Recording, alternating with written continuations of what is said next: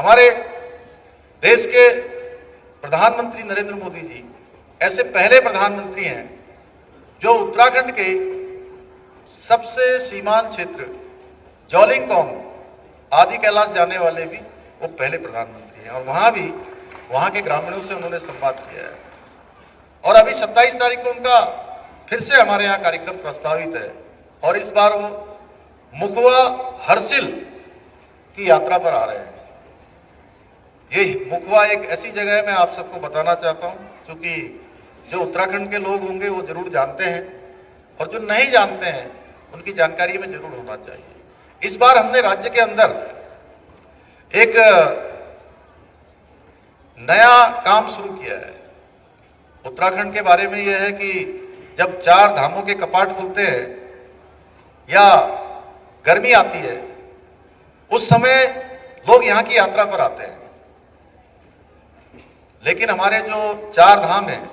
उनके जब कपाट बंद हो जाते हैं, कपाट बंद होने के बाद उनका शीतकालीन प्रवास होता है गद्दियों का। जैसे मैं अगर बाबा केदार की बात करूं तो बाबा केदार का शीतकालीन जो गद्दी स्थल है वो ऊखीमठ में ओंकारेश्वर मंदिर है, जहां पर उनकी उसी विधि विधान से पूजा अर्चना होती है जैसे केदारनाथ के कपाट खुलने पर होती है। हमारे बद्रीनाथ जी का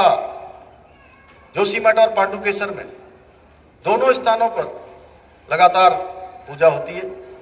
इसी प्रकार मां गंगा का, गंगोत्री धाम का मुखवा हरसिल में पूजा होती है और यमुनोत्री की खरसाली पर पूरे कपाट खुलने तक विधि विधान से पूजा अर्चना होती है। और जब कपाट बंद हो जाते हैं तो ये पूजा स्थल और गद्दी स्थल जहां होते हैं वहां जाने से भी उतना ही पुण्य की प्राप्ति होती है, उतना ही धर्म की प्राप्ति होती है जितना हमारे जो है धामों के कपाट खुले होने पर होती है। तो हमने कहा कि भाई उत्तराखंड में अच्छा मौसम भी होता है इस समय, जब हम देखते हैं कि देश के विभिन्न स्थानों पर अक्टूबर के बाद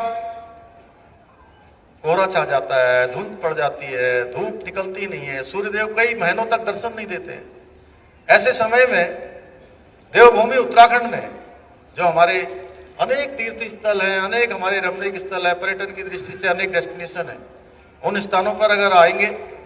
तो अच्छी सुनहरी धूप भी मिलेगी, अध्यात्म की प्राप्ति होगी, ऊर्जा प्राप्त होगी, आपका मन अच्छा होगा।